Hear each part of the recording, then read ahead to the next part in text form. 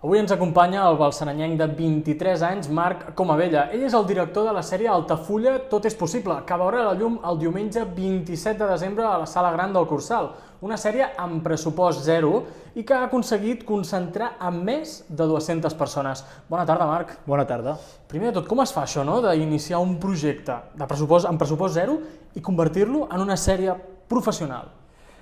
No és fàcil i és un procediment molt llarg i que t'has de rodejar sobretot de persones que tinguin les mateixes ganes d'aconseguir els objectius que tu tens o que et planteges i que de vegades fins i tot s'acaben superant, no? Perquè penso que tot el ressò que se n'està fent actualment nosaltres de bon inici no hi comptàvem, ni comptàvem tenir un projecte com el que estem traient. Hi ha molta dedicació i sobretot la clau, jo penso que és quan crees la preproducció del projecte, quan planteges abans de llançar-te els rodatges, rodejar-te, tal com dic, d'un equip competent i entregat. Jo penso que és la connotació més definitiva. I sobretot dues paraules que jo havia demanat des de bon principi, que s'han complert molt: compromís, constància i sobretot confiança també amb l'equip directiu, en aquest cas, per confiar en la proposta i en l'aventura que començàvem. Un equip directiu que tu ets una persona que no s'hi dedica en aquest món professional. L'equip directiu i de la gent de la que t'has rodejat també és com tu? S'hi dedica o no? No, hi ha gent que és molt aficionada al tema, hi ha gent que porta una llarga trajectòria. Jo personalment no és la meva feina principal, després de tant en tant, si em surt alguna oportunitat o hi ha l'ocasió de poder participar en algun projecte, si les circumstàncies més o menys de la vida laboral i tot m'ho permeten, jo sóc el primer d'endinsar-m'hi. Evidentment sempre és un gust quan reps una trucada d'algú que compta amb tu o que ha pensat en tu, però no, la veritat és que no, he agafat gent amb llarga trajectòria, però en d'altres mons completament professionals diferents, no? Però tal com deia, amb inquietud, amb estima per aquesta professió. Jo penso que això ja és el punt de partida principal, bàsic i elemental per començar a teixir un projecte com aquest i estar, en aquest cas, al capdavant. I parlant del punt de partida, com va començar aquest projecte? Aquest projecte va néixer a segon de batxillerat, quan nosaltres el fèiem, estem parlant de l'any 2013 aproximadament, a l'Institut Lluís de Peguera de Manresa. Nosaltres, juntament amb la Mireia Ferrer, que és l'altra creadora del projecte, al moment de plantejar-nos que s'havia de fer el treball de recerca, vam acordar que ho volíem portar cap aquí. Volíem tirar endavant, si més no, una preproducció d'un projecte audiovisual de llarga durada. Aleshores, a partir d'aquí, va ser començar a posar-hi fil a l'agulla. Tampoc pensàvem acabar-la gestionant i duent-la a terme nosaltres. De fet, no constava en els plans inicials.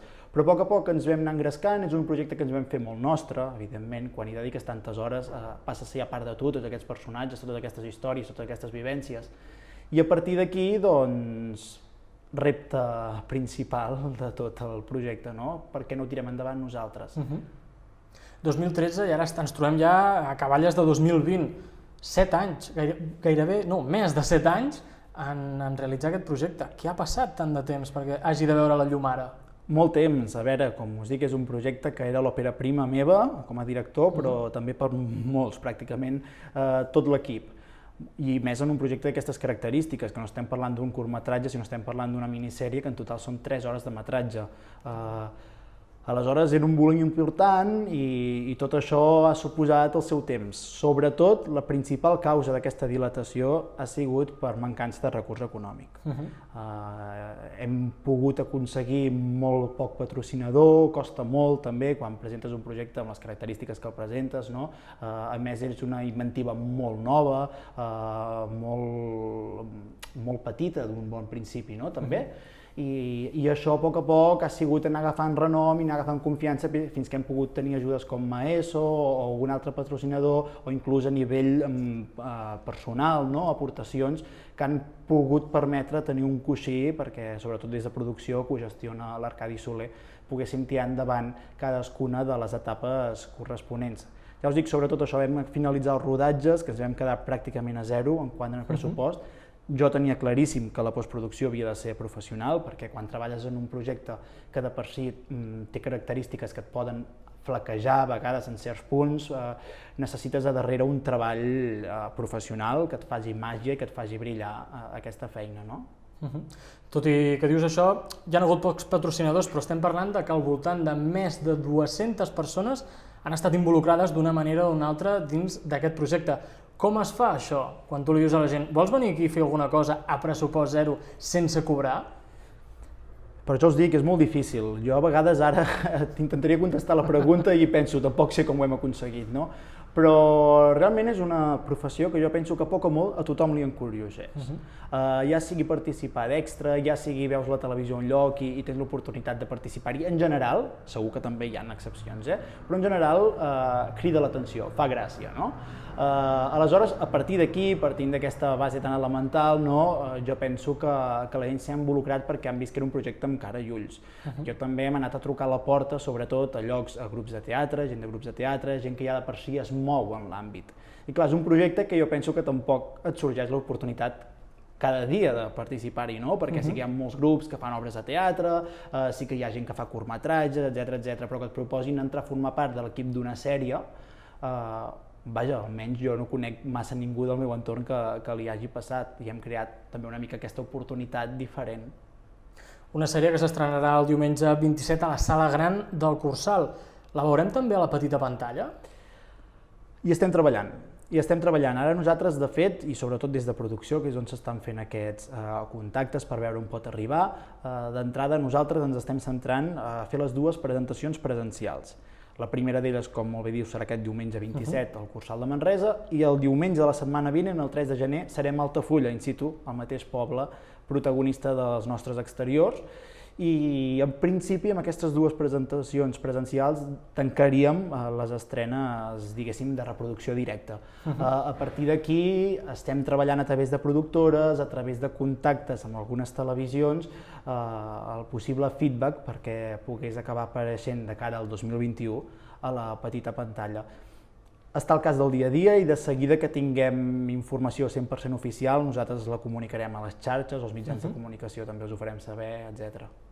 I també hi ha professionals tant del sector audiovisual com de fora en els quals heu captat la seva atenció i també s'hi han involucrat, com és el cas de la dissenyadora manresana Míriam Ponsa o també de l'editor professional Esteve Rovira. Com es fa per arribar a aquests contactes? Bé, la Míriam Ponsa, jo hi vaig arribar a través del contacte, la meva mare és treballadora amb ella i a partir d'aquí vam establir una mica el lligam de que ens pogués assessorar en quant a vestuari. A nosaltres ens ajudava molt també tenir el seu nom al davant i la Míriam ens va obrir les portes completament i ens va vestir molts dels personatges del repartiment que veurem a la sèrie conjuntament amb la Imma, que és la que s'ha encarregat de l'equip de vestuari. I a l'Esteve Rovira, jo he fet un curs de càmera amb ell, el conec, de tant en tant també ens veiem, i l'Esteve sempre m'explicava que ell també havia començat projectes així de molt jove i suposo que és aquí on potser li hem captat més l'atenció, no? I sí, ell també ens va supervisar els 2 primers capítols i ens va tornar una crítica constructiva. En aquest cas jo me la vaig mirar com si no hi hagués demà, en certa manera, perquè sé que ve una crítica d'uns ulls amb molta experiència, amb molts anys de recorregut en el món professional, audiovisual, cinematogràfic, a tots nivells, i evidentment la seva paraula era molt important aquí. Saber una mica cap on estàvem encarrilats, què estàvem fent, i ja et dic que vam quedar molt satisfets amb la seva crítica, va ser una crítica molt bonica, i a partir d'allà això també és una motivació, dir, seguim, que estem anant per bon camí. Perquè és una sèrie que té un clar segell vegenc, però per quines localitzacions de la comarca o de fora s'ha rodat aquesta sèrie? Pràcticament hem rodat en molts pobles tant del Bages com del Berguedà, en molts. Com he dit, els exteriors sí que els hem treballat majoritàriament a Altafulla, també hi ha un escenari entre Balsareny i Avinyó, que és la masia de Puigdorca, que és un dels escenaris principals també, però els interiors són tots gestats aquí a la Catalunya central. Partim que hem rodat a Berga, a Porreig, a Navàs, a Balsareny, a Artés, a Manresa, també a Sant Joan de Vilatorrada, a Barcelona també hi han fet alguna cosa, etc. A Súria, també vam estar-hi treballant. Hi ha molts punts del Bages i Berguedà. Tornem una mica enrere. En aquest projecte, que majoritàriament el que participen són gent amateur, aficionats, hi ha algú dins aquest projecte que cobri? A veure, qui ha cobrat ha sigut l'última etapa, com he comentat, la postproducció. La postproducció ha sigut professional i es requeria que fos així. Jo penso que si tenim el projecte que tenim, s'hi va fer molt bona feina als rodatges, però tots plegats, des de direcció mateix, vam cometre errors de principiants, de gent que s'acosta a un projecte que per molt que vagis molt preparat, perquè vam estar un any abans, ens vam endinsar els rodatges, que per molt que ho portis tot preparat, se t'escapen coses perquè és que és la primera vegada. I a partir d'aquí, és el que et dic, vam valorar que el fet de comptar amb un muntatge professional, s'entén com els dos editors, muntadors del projecte, l'Antoni i l'Andrea, i després també passant per coloristes, Apollin Art Studio i postproducció d'àudio, que han treballat també dos estudis de Barcelona. Jo penso que ha sigut imprescindible el seu treball, perquè és com que hi han ficat el marc, hi han ficat el color i han donat vida.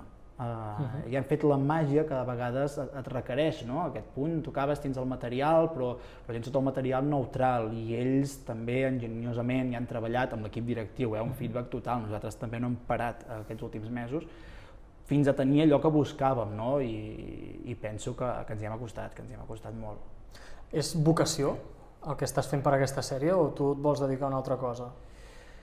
És vocació, però també interès. Jo tinc ganes, inclús ara, si Altafulla s'acaba, passa, començar nous projectes, jo ho tinc molt clar. Sí que és cert també que soc molt realista, és una feina que costa molt viure d'això, per això tots els de l'equip i molta gent també era el seu somni, ser actor, ser actriu, ser operador, ser director, però a vegades, clar, has de contemplar aspectes de la vida que t'assegurin una estabilitat, sobretot a nivell professional i més en els temps que corren ara. Però tot i això, sí, és una feina que no la vull deixar al calaix aparcada, ni molt menys, i en aquest projecte he après molt. Jo penso que l'aprenentatge és de les coses que m'emporto i a partir d'aquí per aplicar-ho i seguir, no dic ara, però potser sí més endavant, evidentment. I ara endinsem-nos una mica dins la temàtica de la sèrie. Jo crec que la gran pregunta és per què Altafulla tot és possible i no Navàs tot és possible? Sí, a veure, bàsicament va ser una mica també casualitat, exigències del guió. Nosaltres vam fer primer el guió, no hi havia ni localització clara, no hi havia títol tampoc, en aquest cas, com moltes obres narratives, el títol va al final, i ho podem assegurar que va ser exactament així. I nosaltres, quan vam tenir el projecte, teníem els guions, teníem tots els personatges, tota la creació, totes les ubicacions que feien falta, necessitàvem trobar el poble idoni, allò que ens encaixés a la perfecció el que les escenes descrivien. Hi havia molts noms sobre la taula. Palamós, Begur, recordo que teníem diverses localitzacions. Pobles de platja, no? Pel que veig? Sí, pobles de platja perquè la trama passava al voltant del mar, etc., tota la història. Aleshores, a partir d'aquí, sé que la Mireia ens va proposar Altafulla, perquè ella estiuejava allà, i jo, de fet, no coneixia el municipi, l'havia sentit anomenar, però no hi havia estat ni tenia idea. I sí, dit i fet, com que en certa manera és allò que dius t'urgeix, quan tens aquesta cosa de resoldre-ho, doncs ja ben aviat, al cap de 2 setmanes, potser ens vam desplaçar amb 2 membres de fotografia allà a Altafulla, i sí, completament, saps allò que dius, et pares, tens el guió a les mans, observes, no sé, perceps i dius, és aquí, és que és aquí. Ho vaig veure molt clar, la Mireia també, en aquell moment els que érem allà també en fotografies vam captar moments brutals, entre d'altres ja va sortir la imatge promocional, aquesta de la cadira, que ens ha acompanyat també des d'això, 2013-2014, i sí, de fet és que va ser meravellós. Jo suposo que és un dia que també va acompanyar tot, no? Hi ha unes postes de sol brutals, i es va sumar tot, i vam estar allà i vam tornar claríssim. Jo ja tenia claríssim, tornant, que sí, que Altafulla havia de ser l'escenari exterior. Per tant, el mar serà un element clau dins de la sèrie? Sí. Jo penso que en general la natura. M'agrada molt quan podem treballar amb obres així que passen en pobles, en viles, en llocs que són preciosos en quant a entorn. I ho hem intentat retratar molt. De fet, hem treballat també amb Gokafly, que és una empresa de drons, i gràcies a ells també amb imatges aèries i molt espectaculars hem pogut captar tot tipus de moments d'Altafulla, de la Masia, però amb la natura. Penso que la natura hi té un pes important també. I de què va la sèrie? Quin és l'argument, vaja? L'argument bàsic, perquè jo crec que l'argument en si té moltes subtrames i moltes trames que de ben segur et poden entretenir a qualsevol moment o altre. És difícil que cap no hi puguis connectar. Però grosso modo jo diria que Altafulla és un retrat de la realitat. Parla de la vida al dia a dia, o sigui, de les típiques situacions, circumstàncies que podem tenir al bar del poble, els menjadors de les cases dels protagonistes, les discussions, les bones notícies, una mica el pas del dia a dia. I al mateix temps això compartit amb uns 40 actors de repartiment, 40, sí, que van fent aparicions, no? I com tota la vida arriba gent, marxa gent, és una mica el tren de la vida, el destí, no? Pretenem retratar el dia a dia, bàsicament. Després, a partir d'aquí, sí que partim amb dues històries. Una que potser pot captivar un públic més adolescent, parlem d'un triangle amorós entre tres dels personatges principals, l'Alba, el Toni i la Mònica, tres personatges adolescents, que penso que aquest lligam del triangle ens acompanya durant tota l'obra i és interessant de veure els girs que fa i sobretot les perspectives dels personatges, que n'hi ha algunes que tenen tela, no? I després, a partir d'aquí, triem una història potser d'un caire més adaptada a un públic més adult, que treballem amb la masia de Puigorca, que és el Mas Querol, i hi ha dos germans amb directrius de la vida completament diferents, xocants entre elles, des d'un executiu a un pagès que tota la vida ha treballat pel manteniment del bé familiar, i el xoc arrel de les herències i temes que poden desenvolupar situacions molt fatídiques, que de fet ho podrem veure al tercer capítol, i a partir d'aquí capgirar 100% la vida de tots aquests personatges. I després hi ha una aparició de dos personatges, que un dels quals l'interpreto jo mateix, que és el Nil, la Gemma i el Nil, que enllacen les dues històries a través d'una relació amorosa. Aleshores, acabem a Altafulla tenint una connexió entre tota aquesta mà de personatges que en 4 capítols convergeixen en el mateix projecte. I en què s'inspira aquesta sèrie? Penso que parteix d'una pluja d'idees, com totes. Nosaltres vam anar-nos proposant diversos temes que teníem ganes de retratar. Teníem molt clar que volíem fer alguna cosa molt proper.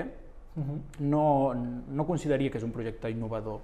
Jo crec que és un projecte que treballem amb quelcom quotidià, no?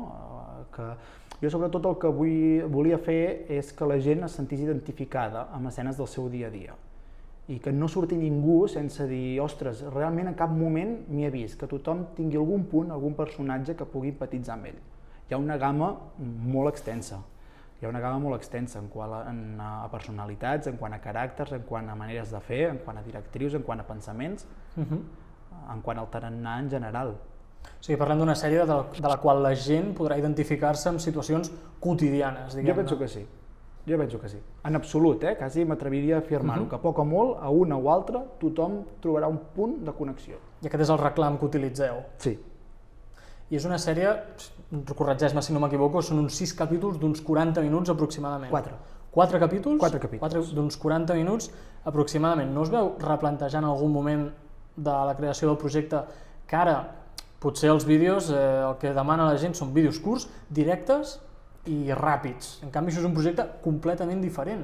Sí, podríem dir que té una mica més el format de sèrie TV3 que estem acostumats, no? De 3/4 d'hora, entre la mitja part i això ja fas l'hora. Sí, de fet, la idea inicial era encara fer-ho més llarg. O sigui, la idea inicial era que els 2 primers capítols eren un i el tercer i el quart eren el segon.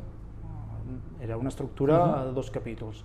Però després jo em ballava alguna cosa, vam anar revisant l'argument i me'n vaig acabar donant d'una cosa, que és una curiositat que penso que va ser un gran encert. Teníem un lema al projecte: secrets, mentides, sentiments i amistat. I aleshores jo vaig veure que, més o menys per fragments, aquestes 4 nomenclatures, aquests 4 adjectius, es reflectien més en una part dels capítols que dels altres. I saps allò que dius, de vegades l'art també es crea de la cosa més natural possible i menys inesperada, no? Vaig anar llegint el primer capítol i apareixien molts cops mentides. El segon, moltes escenes d'amistat, de cohesió. El tercer, hi havia tot de secrets. I el quart, una explosió de sentiments. Aleshores ja està, vaig dir, ho tenim, 4 capítols i el lema, amb els 4 noms, cada nom és el protagonista d'un capítol. O sigui que dividim els 4 lemes, diguem, en cada capítol. Hi ha un lema per capítol i serà com l'eix principal que ho unirà tot. Sí. I ja per anar acabant, quin és l'objectiu d'aquest projecte, que va néixer com un projecte d'institut, però que està acabant i pot acabar en una cosa molt més gran? Jo l'objectiu penso que només és que tingui el reconeixement que es mereixi tenir. Sense buscar més, sense buscar menys. Penso que la gent s'hi ha entregat d'una manera admirable. També penso que això que comentàvem, no? Que en aquest cas els diners no han mogut el món, que hem sigut nosaltres que amb passió, amb dedicació, hem volgut crear una cosa d'aquestes maneres i penso que això és molt important. Un projecte no neix només a través de diners, no neix a través de la creativitat i de la disposició. La disposició també és molt important i tot això ho hem tingut. Aleshores, si em quedo amb una cosa d'Altafulla, és l'honor d'haver-ho pogut fer amb el pressupost que ho hem fet i haver-ho aconseguit. És una mica allò que ens plantejàvem, no? També hi ha un segon lema, que hi ha diverses frases entremig de la publicació, no? Altafulla, tot és possible. Doncs jo penso que sí, hem acabat demostrant que amb sacrifici, que amb esforç i, com recalco un cop més, amb estima cap a aquesta professió, tot és possible i Altafulla sembla ser que també ho ha sigut. Doncs acabem amb aquestes paraules i ja ho sabeu, diumenge 27 de desembre a la Sala Gran del Cursal encara hi ha entrades disponibles, així que ja ho sabeu. Moltes gràcies, Marc. A vosaltres.